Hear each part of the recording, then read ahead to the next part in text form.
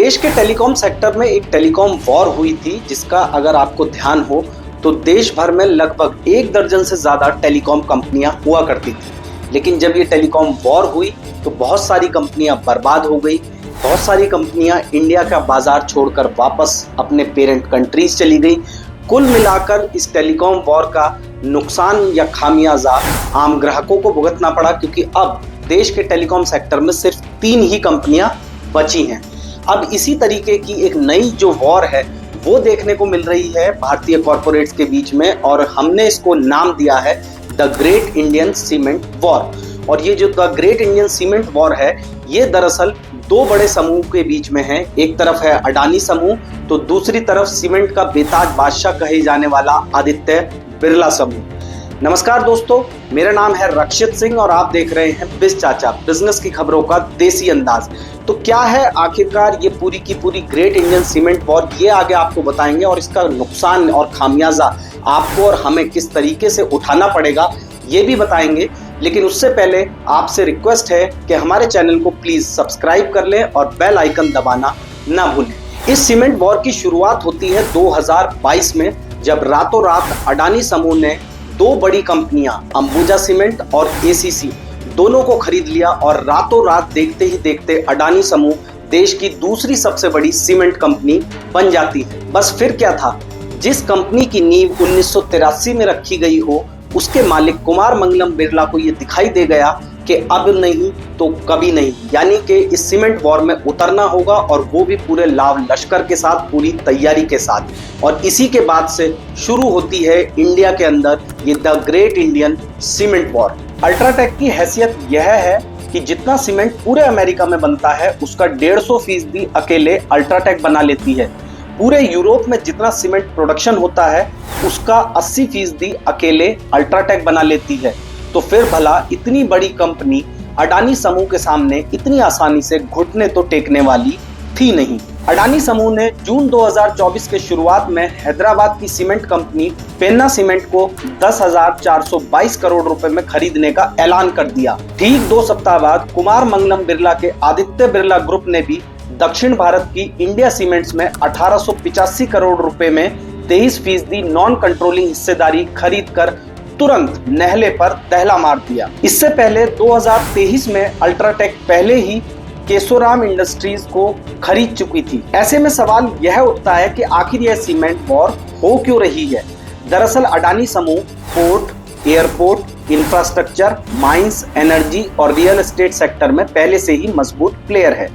ऐसे में अगर सीमेंट सेक्टर का भी बादशाह बन जाए तो अडानी ग्रुप बहुत तेजी के साथ अपना साम्राज्य बढ़ा सकता है।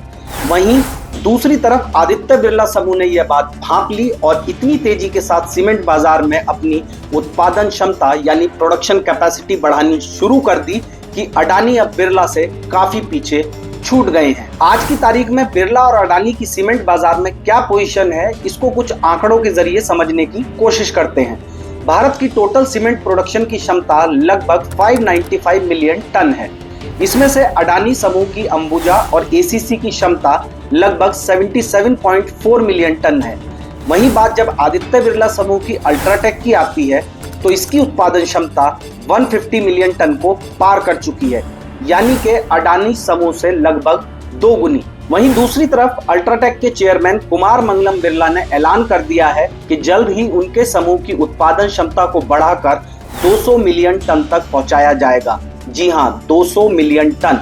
इसके बाद कुमार मंगलम बिरला ने ऐलान किया है कि 13,000 करोड़ रुपए के निवेश से 21.9 मिलियन टन की क्षमता और बढ़ाई जाएगी।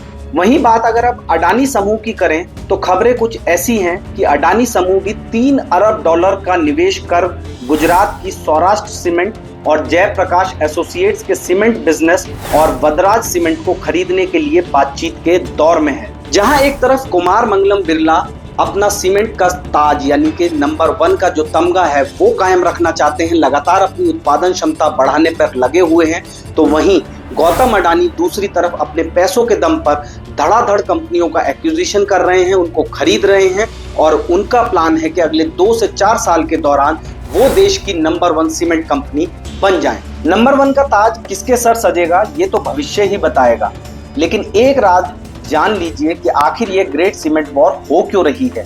भारत भले ही सीमेंट उत्पादन के मामले में चीन के बाद पूरी दुनिया में दूसरे नंबर पर आता हो, लेकिन पर कैपिटा कंजम्पशन यानी प्रति व्यक्ति खपत के मामले में बहुत पीछे है। चीन में सीमेंट की प्रति व्यक्ति खपत 1600 किलोग्राम है, जबकि भारत में सिर्फ 250 किलोग्राम।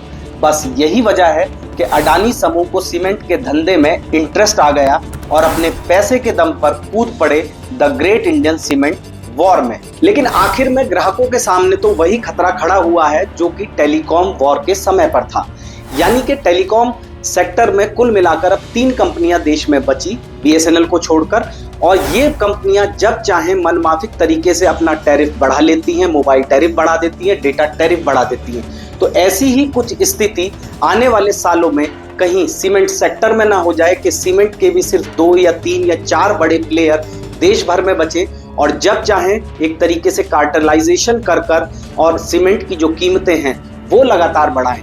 तो आपको क्या लगता है कि जिस तरीके से टेलीकॉम वॉर का खामियाजा ग्राहकों को उठाना पड़ा, ठीक उसी तरह से ये जो सीमेंट वॉर हो रही है इसका खामियाजा भी आपको और हमें उठाना पड़ेगा। हमें कमेंट बॉक्स में लिखकर अपनी राय जरूर बताएं। और अंत में दोस्तों, अब आपसे एक रिक्वेस्ट है कि प्लीज हमारे चैनल को सब्सक्राइब करें, लाइक करें और बेल आइकन दबाना ना भूलें, जिससे लगातार आपको नोटिफिकेशंस हमारी खबरों के मिलते रहें। Thank you.